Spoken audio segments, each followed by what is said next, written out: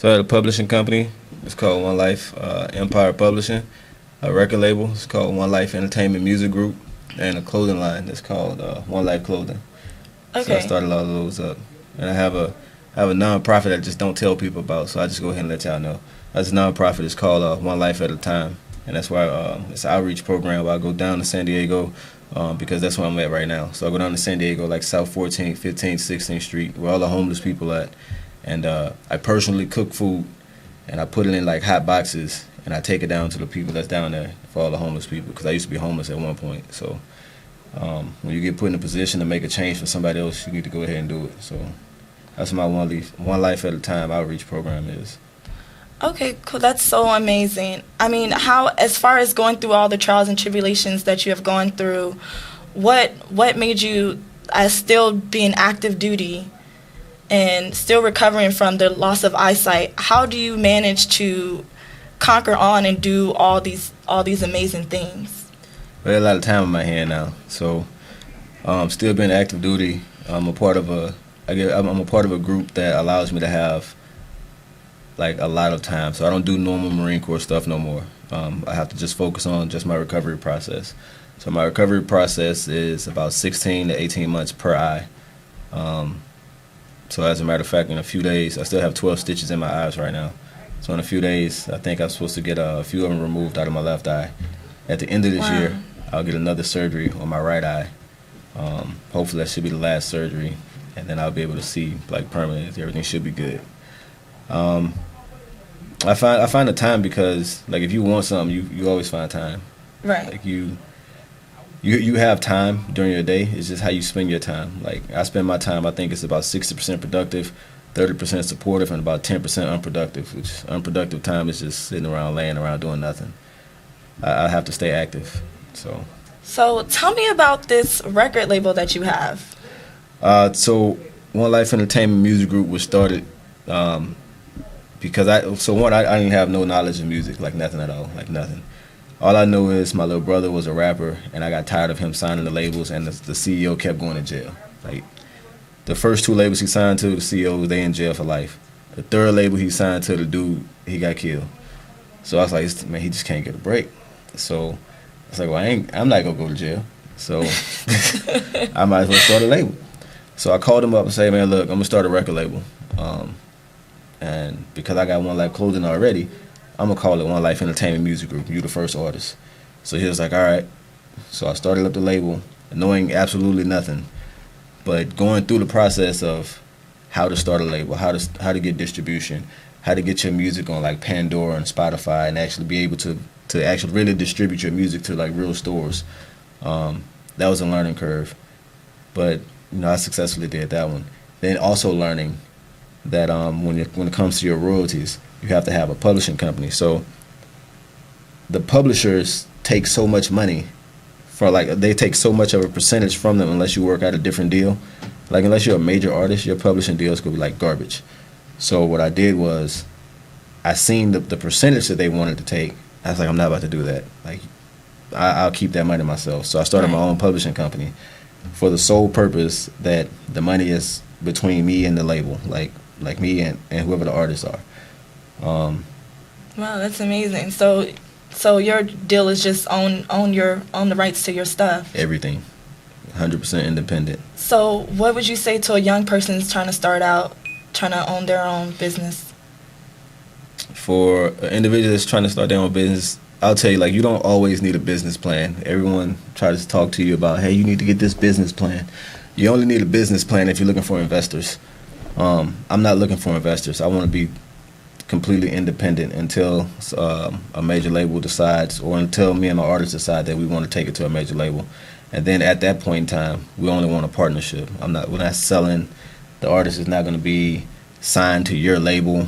You're going to have a partnership deal with us so that I'm still in control of whatever it is that we're doing. So for any individuals that's trying to like come up and you want to start your own label, I'll tell you, one, you don't really need a business plan. What you do need, though, is you need drive and determination, because it's extremely hard. I'm not an artist. I manage a few of my artists, but if you're serious about your craft and whatever it is, like SoundCloud doesn't pay you. So for putting your music on SoundCloud, that's great, to get your name out there, but everyone's not going to be heard. So Right. you just have to figure it out and make sure you stay committed to whatever it is. And as of today, how many artists do you have signed now at this point? 6. 6. Now, since you're 6, is it all? Do you have different genre of people, or are you just mostly hip hop, or what type of genre are you?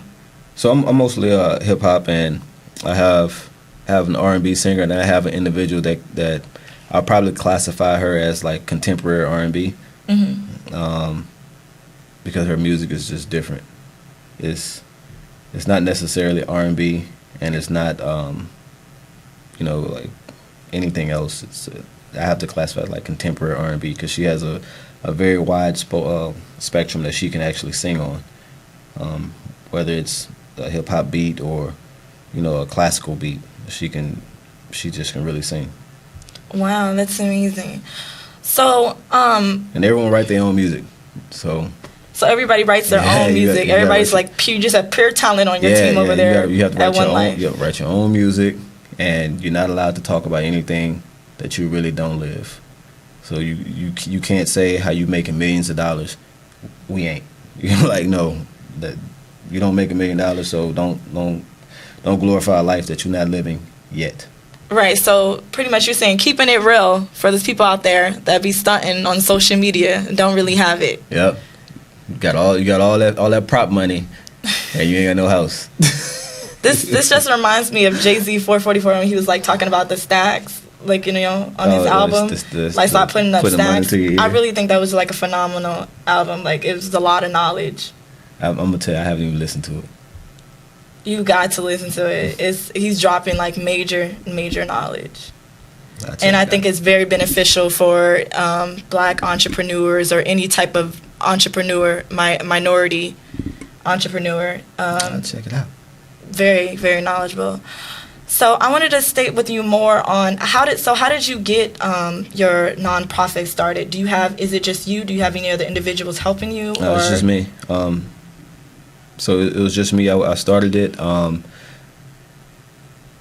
So it goes on like the first Saturday of every single month, and what happened was I was in church one day, and I was just like, I seen this image of like a lot of homeless people, and I was leaving church one day. I was like, okay, so obviously I'm supposed to do something that deals with homeless individuals. Right. So the very next day, I came up with One Life at a Time, and it was basically, what I did was I don't make sandwiches for like, I want to make some like real food. So I fry some chicken, some green beans in there, some mashed potatoes, throw a little gravy in there, corn. I give them like a little juicy juice, for real.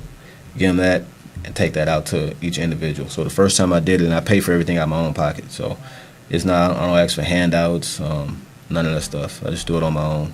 So my church was having it was like they was trying to raise money so they can get something fixed, or they were trying to do something. Right. Oh no, we had a mission that was going to go to Africa. So they were trying to raise money. So I initially used the church to cook the food, and I, in order to assist the church and to assist myself, I just paid the church, like the ladies at church, to cook the food, which were going on the mission trip to Africa, and so it kind of like panned out pretty good. Wow, that's so amazing. I mean, how many people roughly did that possibly help? In between 50 to 75. So I don't exactly remember the amount of plates that I had like the first few times, but it was like in between 50 to 75.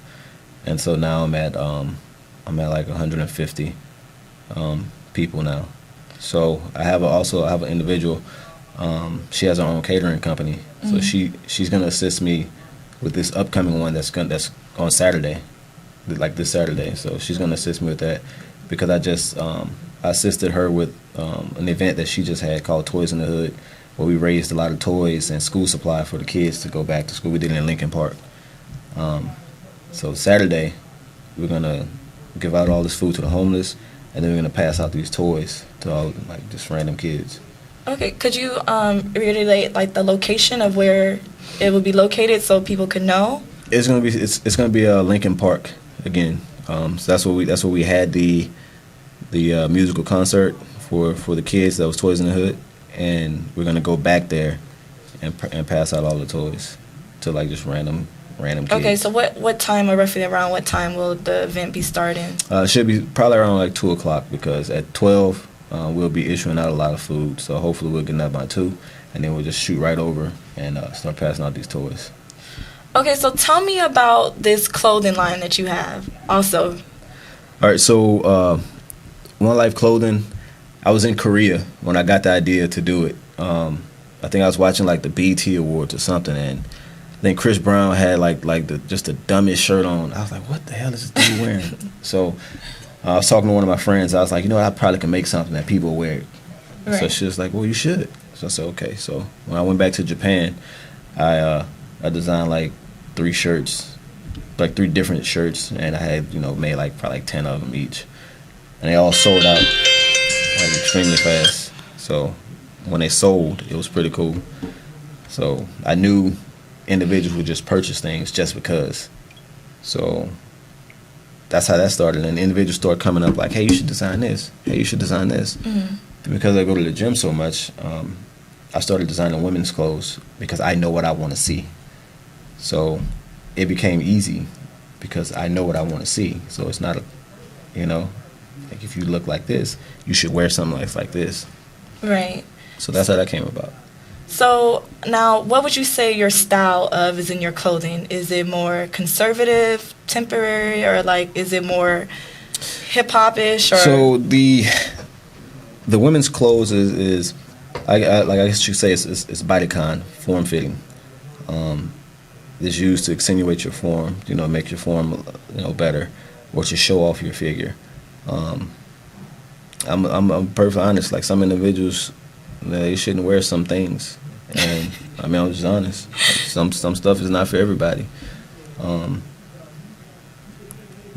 Like my T-shirts or my polos that I make or something like that, like they range. Like they can be contemporary, they can be hip hop. I make a lot of expression shirts, like expressions. So like life stuff, like backstabbing, like people backstab you. So do you say more of inspirational quote type of clothing? Some of it you can say that, yeah, you can. But I don't think I have a real genre of what kind of clothes it is. So what do the sizes run from? What sizes do your clothing run Small from? to extra large. Small and extra large. Small to extra large. That's it. But for T-shirts, I do a 2 or 3X. Cause I got some big homeboys, so they be looking for it. Cool. Wow, that's super amazing. So what kind of 5 ideas could you give to someone like doing what you do, as far as like, I know there's so many people that want to start a record label. So what advice would you give to a youngster that's trying to want to start a record label, want to get into the music business? You just got to go for it. Like you go sit around a lot of people, and a lot of people go sit and tell you, hey, you got to do this, you got to do this.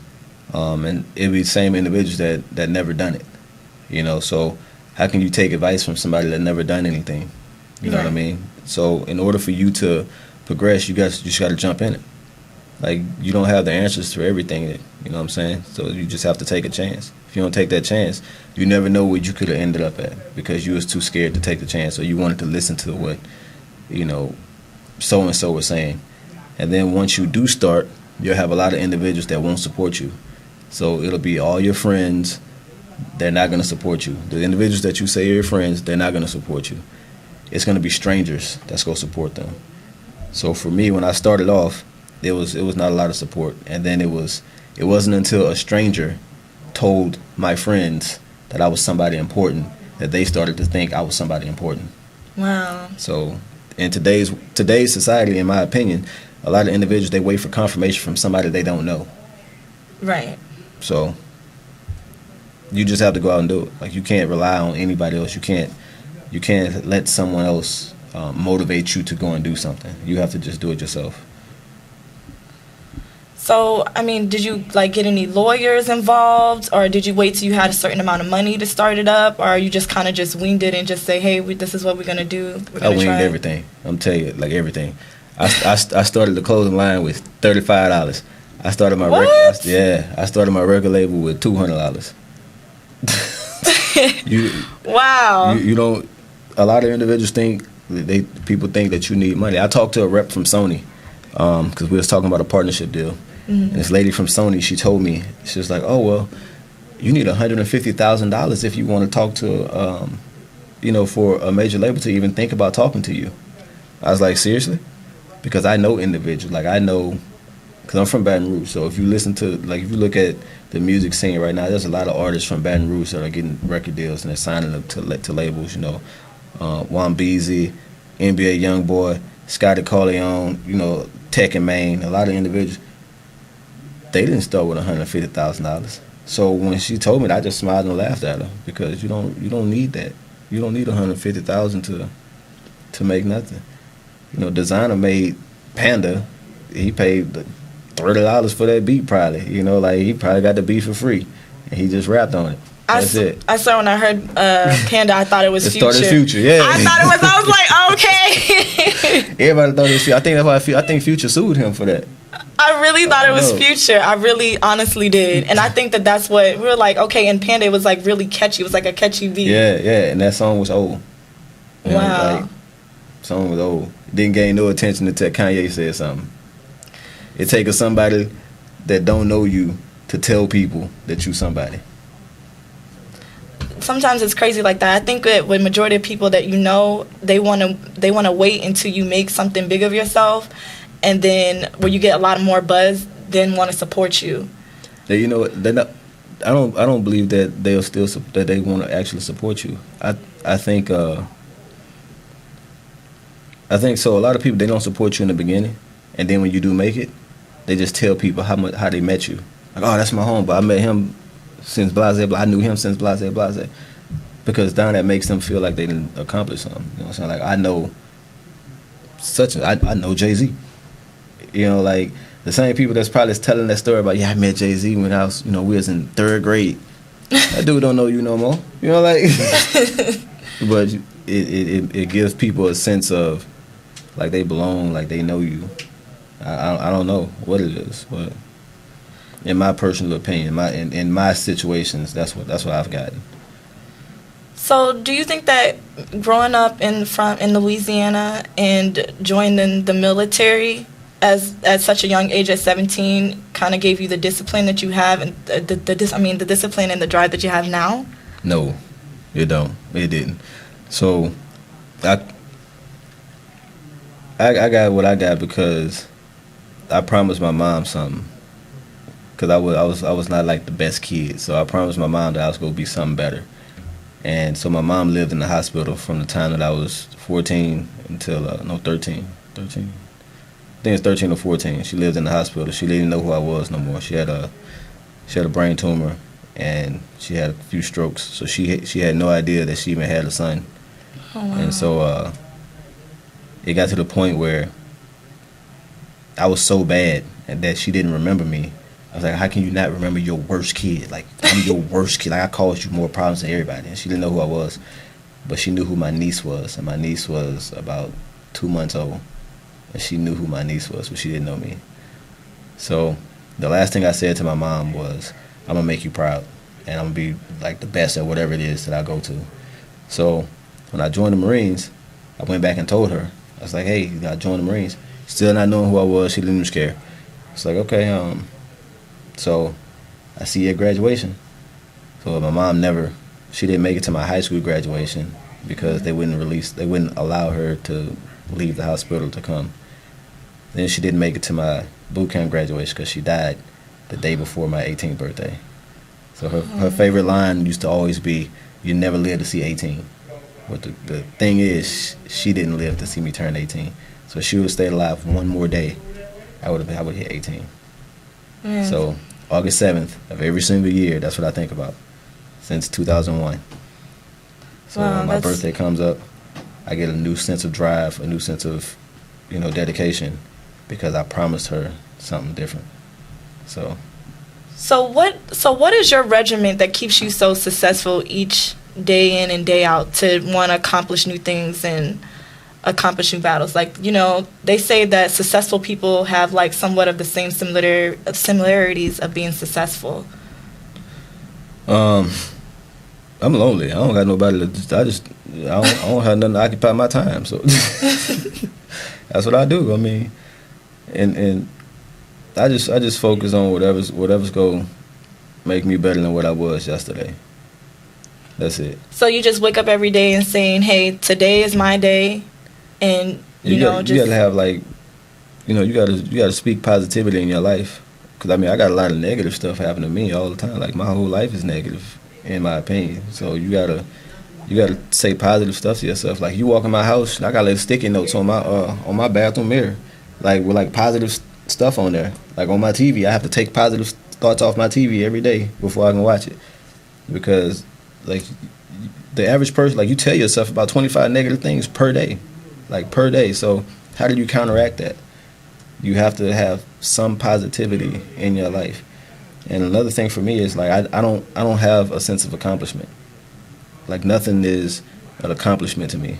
It's just normal. Like I don't see anything. Like some individuals, oh, man, you was blind, you can see now. Like, okay. Hey man, you got all these companies, you're doing great. Okay. I don't see accomplishments. I don't have accomplishments in my opinion. I just go through my day. So you pretty much from my understanding, you pretty much take your achievements as, okay, I achieved this, now I can do something better and move on. So you just keep leveling up. You never stay satisfied or occupied with what you have accomplished. You just keep moving forward. Is that what motivates you to keep driving for more greatness? I wouldn't say it's necessarily my motivation, because I just don't see success. For me personally, like I don't see it. I think the moment that you see success, that's when you become comfortable and you get full of yourself, and then you forget what it took to get there. You forgot the people that assisted you.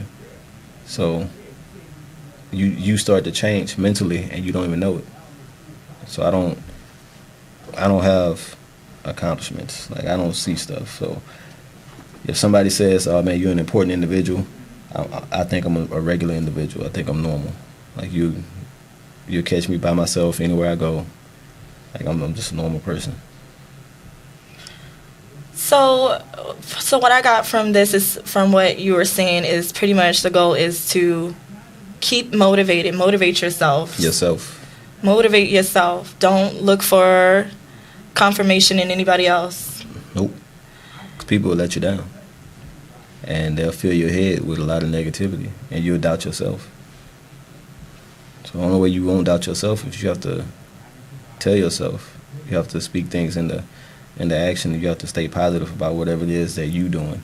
Because what makes you do whatever it is that you're doing, it's going to be different for the next person. Like they don't see the vision that you have. So you have to see your own vision, and you have to take a leap of faith and follow your vision. And a lot of entrepreneurs that fail because like the ladder for entrepreneurs is up and down. It's like a roller coaster. It's up and down.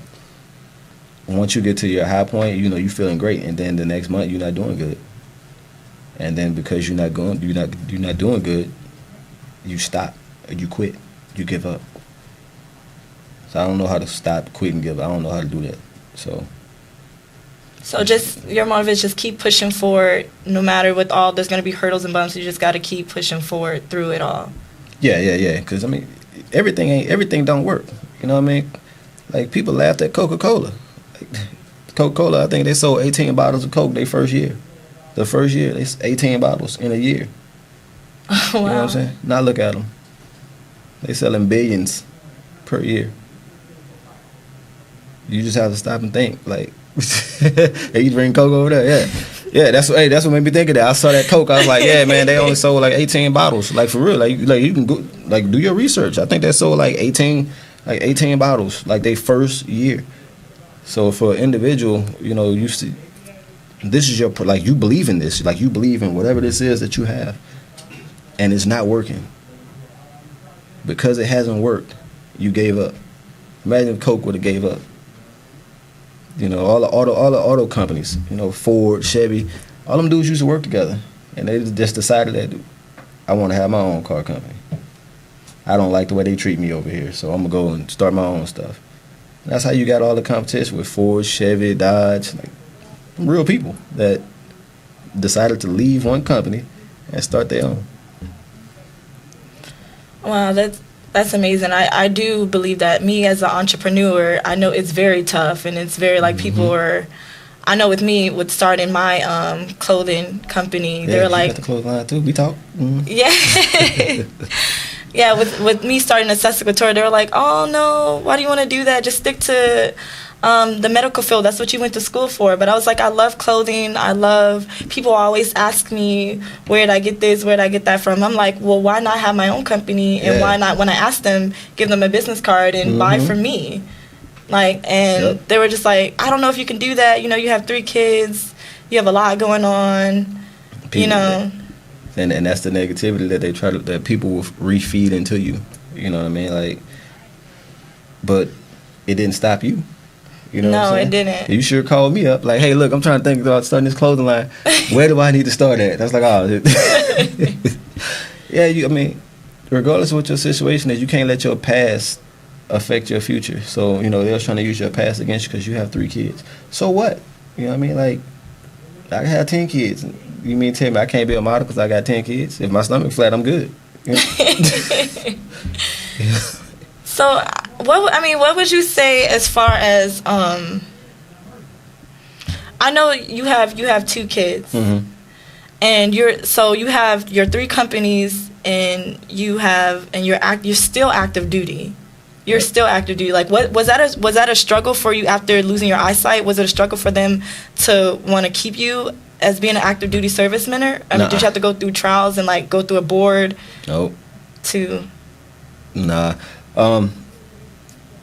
So my condition is recoverable. So if it wasn't recoverable, and it probably caused more harm than good, then I probably would have went on the board. And after I was healed, like after they fixed me, then they would have probably like released me. But my record in the military is extremely strong. So because of my record, because of my condition is recoverable, I'm not going nowhere. So you're just gonna finish out your 20 years? Yeah, I might go to 30. You know, who knows? Right, because currently you have 16 years. Yeah, I hit 16 last month. Wow, that's amazing. Yeah. How was that? Like, where was you feeling like, man, just lost my eyesight, like I'm still here standing? I wasn't feeling nothing. It was funny because the deployment that I got injured on, my interpreter, he's a Russian guy. I was with a, you know, don't worry about it. So he sent me a Facebook message yesterday, and like I'm the only person he speaks English with because his English is still horrible. So he sends me this message, and it says something like, Mike, my friend, what are you doing? Come Georgia. I was like, dude, like you really need to formulate your sentences better, like. So, but yeah, it's cool. I mean, like I still keep in contact with a lot of individuals, and it's a knowing the impact that I made on them. So one of the things that I would say I accomplished is that last deployment. I went to a foreign country to go and train a group of individuals. There was 792 Georgians that I went and trained. I was able to embed myself into their culture to the fact where they all accepted me as a different individual. They couldn't even speak English, but they can say my name. And so when we did go into Afghanistan together, and we went through all the stuff that we did out there, like them dudes, they still like contact me years later. So at the time, their military is about 22 years old because they just got destroyed by Russia. So their military was 22 years old. I revamped their entire military training program, their entire boot camp, the way that they conducted some of their training systems, And so now today, they are a better military force because of what I actually implemented there. So, Wow. and he still tells me that they still do like the stuff that I taught them how to do. And he's telling me that that it's actually getting more progressive. So they want me to come back out there, but I won't be going out there. Yeah. Wow, that is wow. You just never seen me. That's like super amazing. So do you have like any upcoming events coming up besides this Saturday or anything else major going on with your artists or? Yeah, so we got what we got? Money Boy, he about to release it. We gonna release his mixtape. I think probably September. I might be lying. It might be like September, October, somewhere around there. I might release it. I've been releasing a lot of singles lately, just because I can.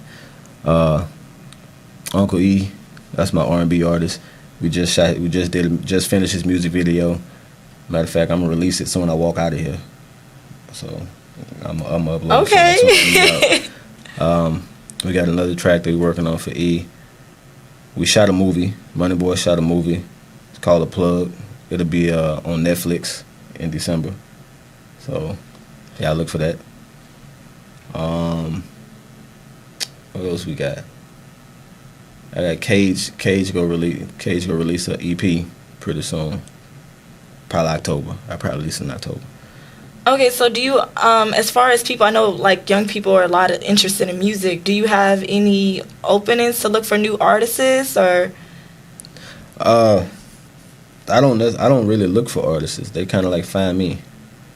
Like I can't really explain it because I don't go out looking for anything. It just happens. So. I mean, so if somebody want to email me, you can email me your music or whatever at onelifeentertainmentbooking@gmail.com, or you can find me on Instagram at onelifemusic. Hit me up, attach your music to it or something like that. I listen to it. I give you an honest opinion of it. And when people do send me stuff, I do listen to it. And I got a little dude from New Orleans. He send me something every single day, and he like. It's not enough coaching in the world to fix his music, but he sends me something every day, and every day I reply to this dude every day, and I know what it's gonna sound like, but every day because I mean that's his goal, that's his dream. I mean, he's doing what he's supposed to do. He's reaching out to individuals that's gonna listen to him and hear him and give him pointers. So that's what you really have to do. I mean. You gotta give everybody got to get a chance. You pass by that dude with that little garbage mixtape, that you don't want to support. You support it anyway. Then you go back and you listen to it, and then maybe you can give that guy some help. Maybe you can tell him something that he needs to. Like, hey man, like that's 1980s music, dude. You're not gonna make it in the 2000s. Whatever the case is, you have to tell him. But you have to be honest, and you can't be trying to like you can't try to like hurt individuals' feelings because you got to remember, like whoever made this music, like. They put a lot of effort into it. They put a lot of effort, a lot of time, and they probably spent some money on it. So for you to just destroy their entire like hopes, like that's pretty harsh, and you can actually like cause people like severe problems for that.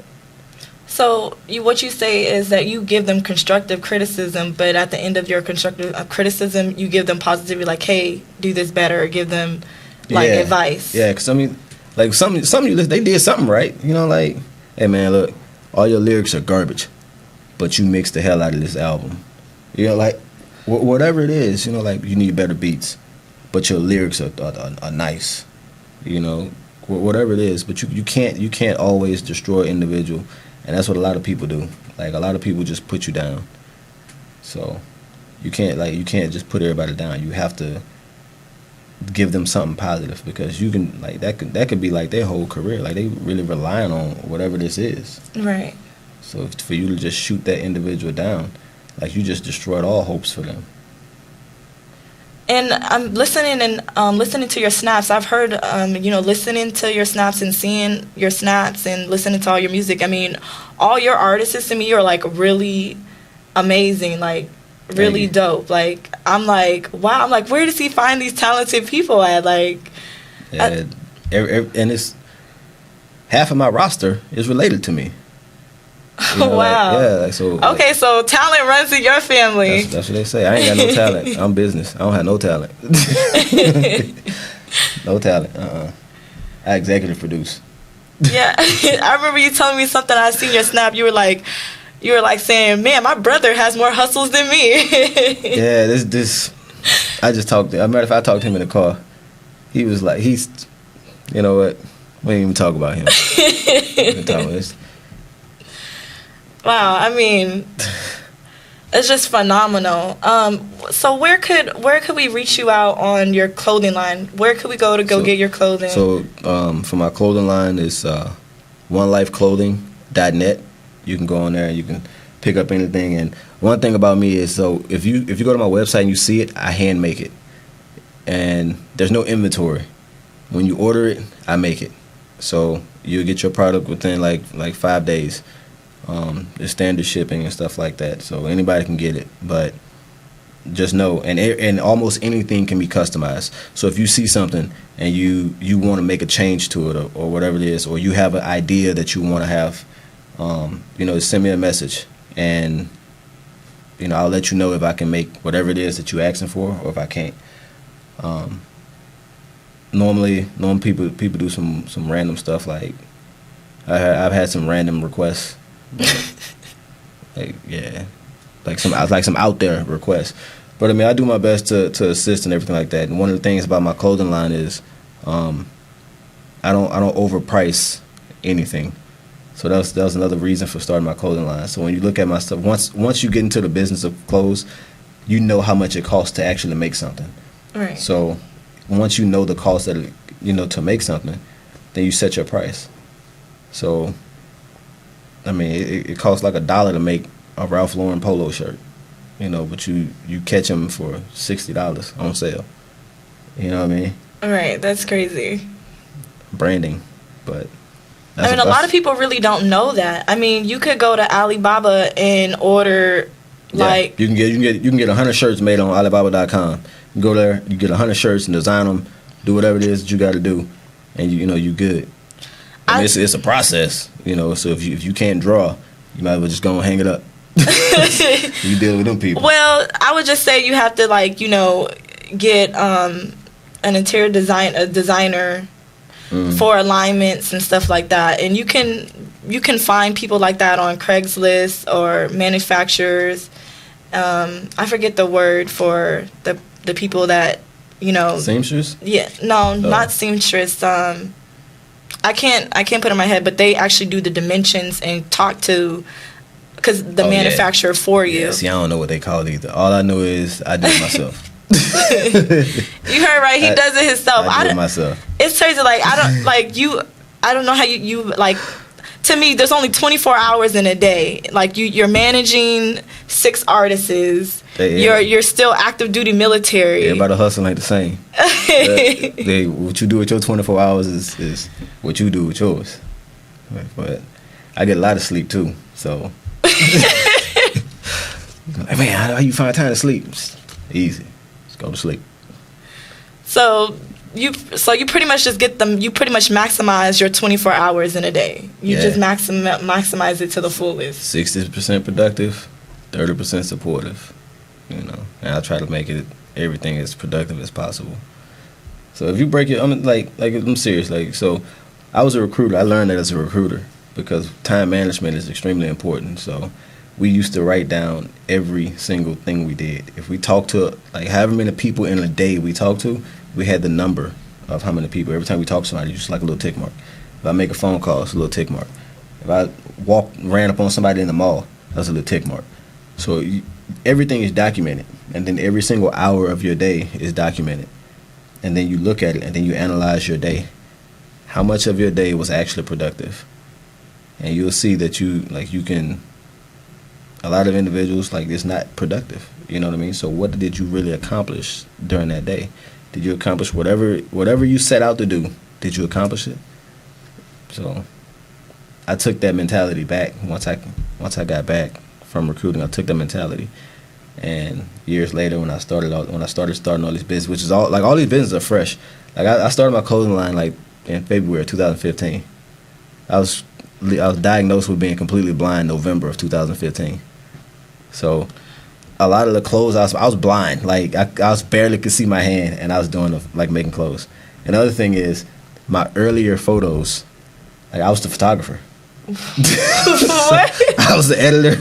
I was the photographer, and the reason why is because I do everything for my businesses. Because when I start to hire people, you're not gonna tell me, oh, we can't do that, because I know how to do it. You're not gonna tell me that it can't be done. It's not possible, because I've already done that. Oh, I'm having real problems hearing. So like I had problems hearing too. Why you can't fix? You can't mix that right? I hear something wrong. You can't hear something wrong. You know what I mean? So it's not about being like cocky or nothing like that, or being stingy. I want to learn everything about whatever it is that I'm taking an interest in. So my interest is my business. So that is my business. Nobody cares about my business more than I do. So when I do start to bring in other individuals, you better care just as much as I do. And if you don't, I'm gonna help you care, or you can leave, because I can do whatever your job is, because I've done it. Wow. Well, there you have it. Thank you so much for coming on Power Talk. Thank you for having me. It was a pleasure having you here. Wow, such an amazing story. Like you said, you can reach him. You can go for anything musical. www.onelifemusic.com. That's music with a Z, so MUZIK. onelifeclothing.net. I also have an app for my clothing line. So if you have Android or iOS, you just go in there and go to the App Store, and One Life Clothing, my app will pop right up. It's the top rated app too, just so you know. Or you can Google it. It's top rated Google too. You don't get on there for being a nothing. You gotta have good SEO for that. And find me on Facebook, One Life Music or One Life Clothing on Facebook. Share a post. Don't just hold it. All right, well, there you have it. Thank you for tuning in with us at Power Talk. Make sure you can reach us at www.power-talk.tv. Again, that's www.power-talk.tv. Thank you for having us.